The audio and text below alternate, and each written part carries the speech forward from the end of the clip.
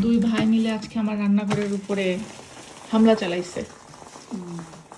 একটারে নিয়ে আসছি পরোটা ভাজার জন্য, একটারে নিয়ে আসছি ডাল গোশ সার্ভ করার জন্য। হ্যাঁ সেই লেভেলের বসানো হয়েছে। তাই মজার ডাল গোশ আর পরোটা। আমি জানি না ভাই, না থাকলে এখন যাইতে হবে দোকানে।